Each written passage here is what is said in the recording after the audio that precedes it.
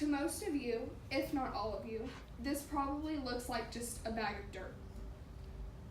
Although, to many, this isn't just dirt. It's God's land that should be treated with respect. From 1998 to 2002, more than 10,000 properties in 41 states were lost to eminent domain. Travis Bubinek, a Texas reporter, states that over 95% of the Lone Star State is privately owned. About a year ago, Bill Key and his wife Lynn were approached by a landman representing Atmos Energy, and he told them their land was being taken for the use of a pipeline that was going to run directly through their property. The Keys Ranch was nearing 100 years, and it held so many wonderful and heartwarming memories that could never be replaced with any amount of money. Mr. Keys claimed that a million thoughts filled his head as he attempted to wrap his mind around what was told to him. Generations and generations of all his family's hard work would soon be lost to corporate greed. One major issue with eminent domain is the law that gives the government the power to come and take a piece of land without consent from the landowner. Many landowners who have dealt with the powers of eminent domain claim that one of the hardest things to deal with is the financial issues that result. After some thought, I have come to the conclusion that not only does eminent domain have a negative effect on the landowner, but it also has a negative effect on us as well.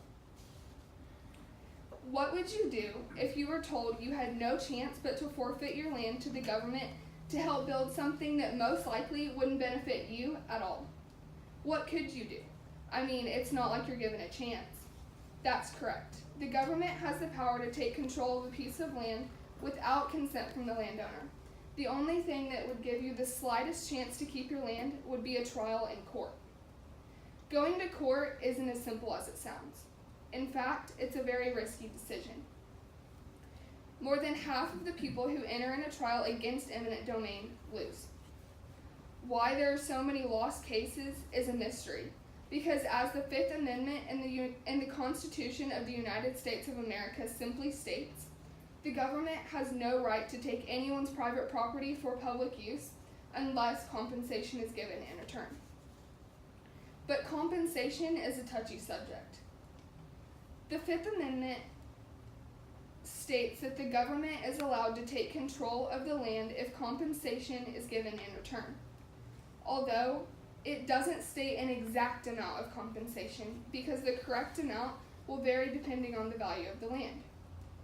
Therefore, the government often offers to pay the landowner much less than what the land is actually worth. Many property owners have ranches that have been around for near 100 years and have raised generations and generations of family members. And still, the payment offered to them isn't even half the market value. Another extreme issue with the underpay is that a lot of the landowners facing eminent domain decide to bring their cases to court, and unfortunately, a lot of them fail to win their case. If or when the case is lost, the landowner has now lost tons of their money, and many of them will rely on the payment the government is offering them for their land to help them recover. Although, if the landowner is paid less than half of the land's market value, he or she is left mostly empty-handed. Another thing some people might not realize is that eminent domain doesn't just affect the landowner. Listen as I discuss all the things eminent domain can affect. There are many things eminent domain can and will affect.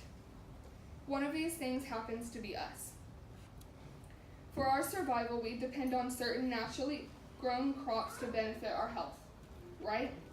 Well, if we continue to let eminent domain wreck farmlands, we will eventually find ourselves without the ability to grow food. Second, eminent domain affects wildlife. With all the tons and tons of chemicals that workers bring in, along with removing of trees and habitats of wildlife, any ranch wildlife would change rapidly. As of 2017, 80% of the general population is for reforming the current eminent domain laws, says Brandon Gill, the professional marketer and blogger. In conclusion, eminent domain has crossed too many boundaries, and it's time to put it back in its place. Thank you.